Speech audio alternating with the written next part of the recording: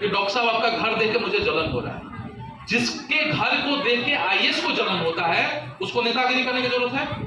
अगर नेतागिरी मुझे करना भी होगा तो मैं पार्टी को मैनेज करूंगा। इतना लोगों को मैनेज करना कितना मुश्किल है।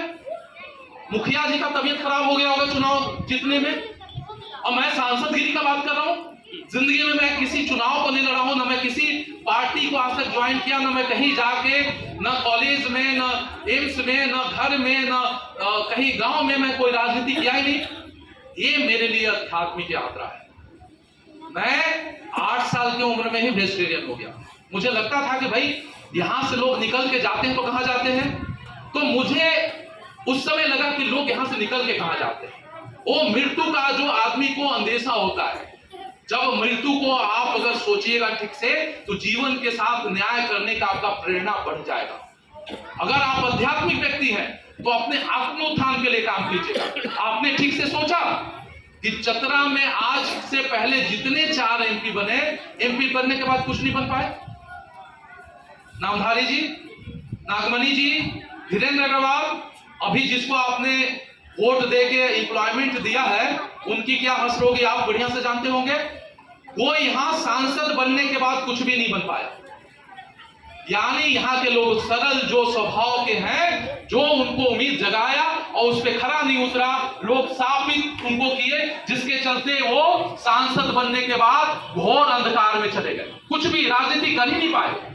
डॉक्टर अभिषेक की आध्यात्मिक दृष्टिकोण वो देख रहे हैं कि इतने बड़े जन समूह जो कितने सालों से अपने नेतृत्वकर्ता का जो तलाश कर रहा है, अगर उनके जीवन के उत्थान, उनके जीवन के उन्नति, उनके जीवन के उत्सव का अगर मैं कारण बना तो इससे बड़ा और कोई रोजगार पूरे विश्व में नहीं हो सकता है।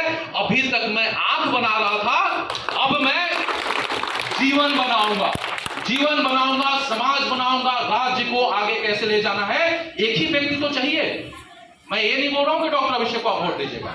मैं अभी भी वोट नहीं मांगूंगा, आगे भी आऊंगा जब इलेक्शन के समय जो चुनाव तो लड़ना तय ही है।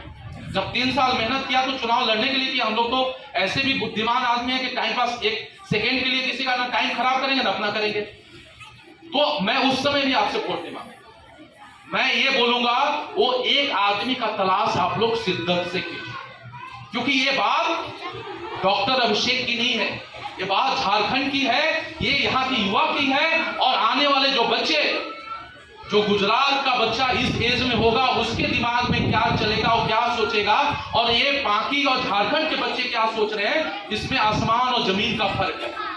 इनको कौन सपना देगा, इनको कौन बेहतर बनाएगा, इनको कौन ऐसा बनाएगा कि नहीं भाई तुम सपना देखो, तुम्हारे लिए समाज और जो हमारा राज्य है वो तुम्हारे फैसिलिटेटर का काम करेगा।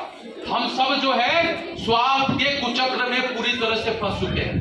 कोई भी किसी पद पे आया तो मेरे लिए क्या सही है, मेरे बेटा के लिए क्या सही है, मैं कैसे कितना ज्यादा कमा लूं, यही सोच रहा है।